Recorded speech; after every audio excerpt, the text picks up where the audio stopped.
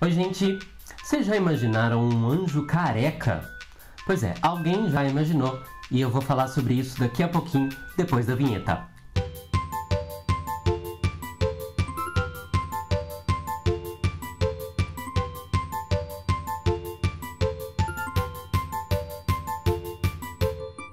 Por que essa história do anjo careca? Eu acho que eu entendi qual que é o sentido desse personagem que faz parte do livro de que eu vou falar hoje, que é o Através do Espelho, do Jostein Gaarder. Sim, eu pesquisei como que é a pronúncia desse nome na internet. Em português seria alguma coisa como Jostein Gaarder. Ele é um escritor e filósofo norueguês e foi ele que escreveu o Através do Espelho e mais uma pancada de outros livros, entre eles O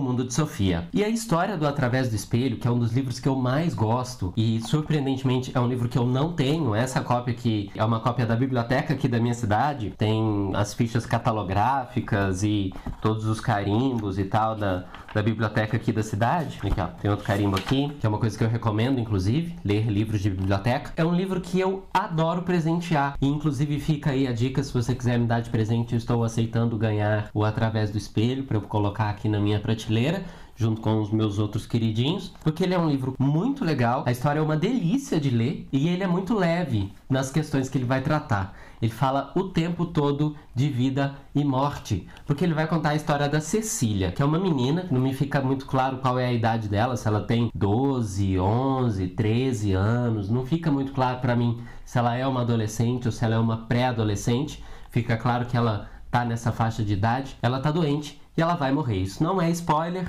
porque isso fica muito claro à medida que a gente vai lendo o livro. Na segunda página, inclusive, já fala que ela tem dificuldade de escrever.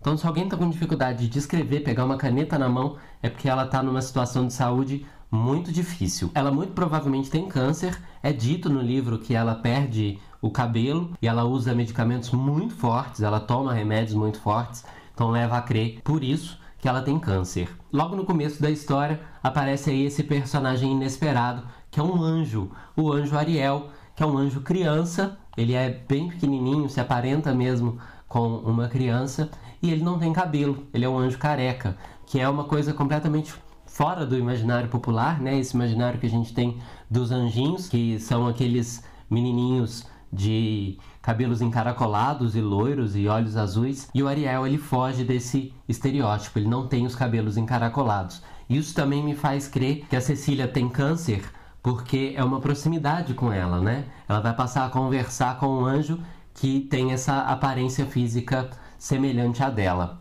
E aí eles vão começar a discutir um monte de coisas, e é aí que entra na parte mais legal do livro. A história se passa perto do Natal, então isso evidencia para mim ainda mais a coisa da vida e da morte, porque a Cecília está morrendo e o Natal é a época da celebração cristã do nascimento de Jesus. E ela está conversando com um anjo. São mundos muito próximos, assim, na metáfora da história, do nascimento e da morte. Ela fala com um anjo que está próximo das divindades e o nascimento de Jesus se aproximando. O anjo vem o tempo todo questionar a Cecília sobre coisas filosóficas. Só que isso não é de uma maneira chata e nem muito direta.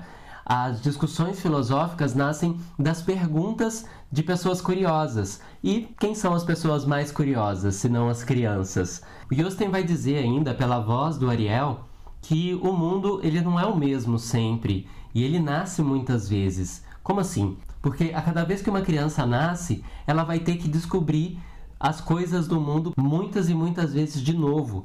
Eu acho que isso é um paralelo com o que a gente vai perdendo durante a vida. Porque à medida que a gente vai conhecendo um pouco do mundo, a gente vai perdendo aquela coisa da criança de se deslumbrar com as pequenas coisas que a gente descobre e vê. Coisa que para a criança não acontece.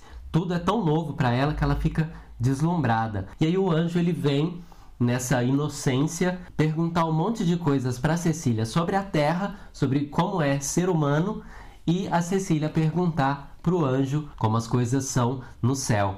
E eles vão ficar discutindo essas duas coisas o tempo todo durante o livro. Só que tem as narrativas paralelas, que é a relação da Cecília com a família, com o pai, ela briga muito com a mãe, esse é um outro indício da adolescência dela. Não fica claro do motivo, senão pela coisa da dificuldade de relacionamento porque a gente passa quando a gente é adolescente, e o carinho muito grande que ela tem pelos avós, principalmente pela vozinha dela. E aí ficou essa troca e essa conversa o tempo todo. O mundo da Cecília é o quarto dela. Ela só fica na cama por conta da medicação, por conta da debilidade física dela em razão da doença, então ela não sai de lá. Isso é muito importante também, porque ela adora a neve, ela gosta muito de esquiar, ela gosta muito daqueles tobogãs de neve, e ela não pode sair de casa porque ela está doente, ela não pode curtir a neve, ela não pode esquiar na neve por conta da doença.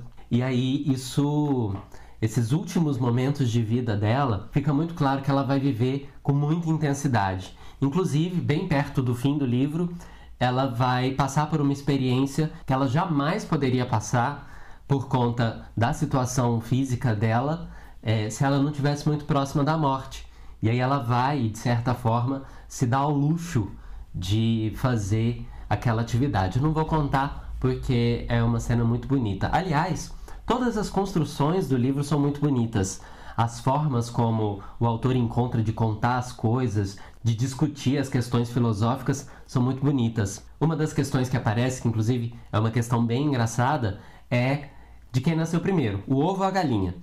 E o livro meio que dá uma resposta que me parece plausível, assim, me parece pertinente, mas que eu não vou dizer qual é, para não estragar a surpresa de quem for ler o livro. O ritmo do livro é muito bom, as coisas são entregues muito claramente, muito diretamente, então você precisa estar bem ligado no livro para você digerir tudo isso que é falado, mas de uma forma muito leve, assim, muito tranquila e dizendo sem dizer. Ele simplesmente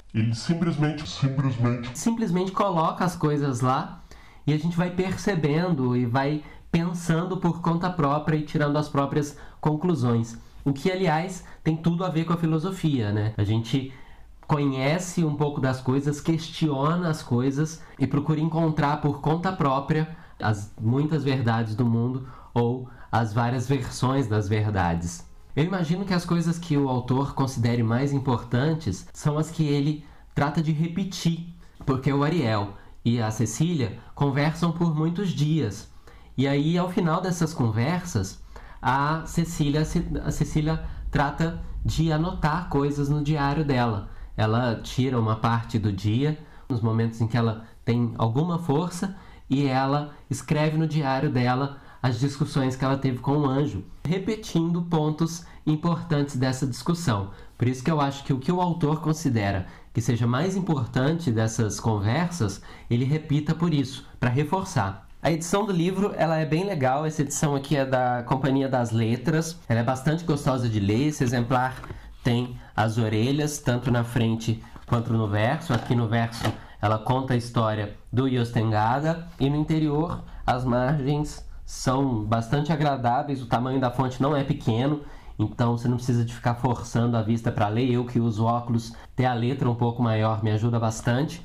Eu acho isso muito bom. E na impressão, eles usam um papel que chama Pollen Soft, que é um papel muito gostoso para o toque. Ele é bem agradável mesmo, assim, para você ir passando as páginas e tal. Bem legal a edição do livro. Esse foi o Através do Espelho, essas foram as minhas impressões sobre o livro. Como eu já disse, é um livro que eu gosto muito, que eu dou de presente porque eu sou apaixonado com ele. Daqui mais ou menos um mês eu devo voltar com a minha próxima resenha. Já escolhi qual que é, mas não vou contar agora. Semana que vem tem mais vídeo aqui no canal, então assina o canal para você não perder as atualizações. Curte a nossa página no Facebook, procura lá Quatresia que você encontra, segue a gente no Twitter, @Quatresia, e segue a gente também no Instagram, @Canal Quatresia. Comenta aqui embaixo também o que você achou do vídeo, como que você acha que pode melhorar, se você já leu o livro, se você quer ler o livro, se você não quer ler o livro, se a minha resenha fez você nunca querer ver falar de Através do Espelho. Eu vou responder se você comentar aqui e a gente vai discutindo sobre leitura e sobre literatura. Se você quiser me seguir também nas minhas redes sociais, é tudo @Simeão Castro. Pode procurar lá Simeão Castro, você me acha em todas as redes sociais. Foi um prazer falar com vocês, estou ansiosíssimo para voltar e fazer a próxima resenha. Um beijão, até a próxima!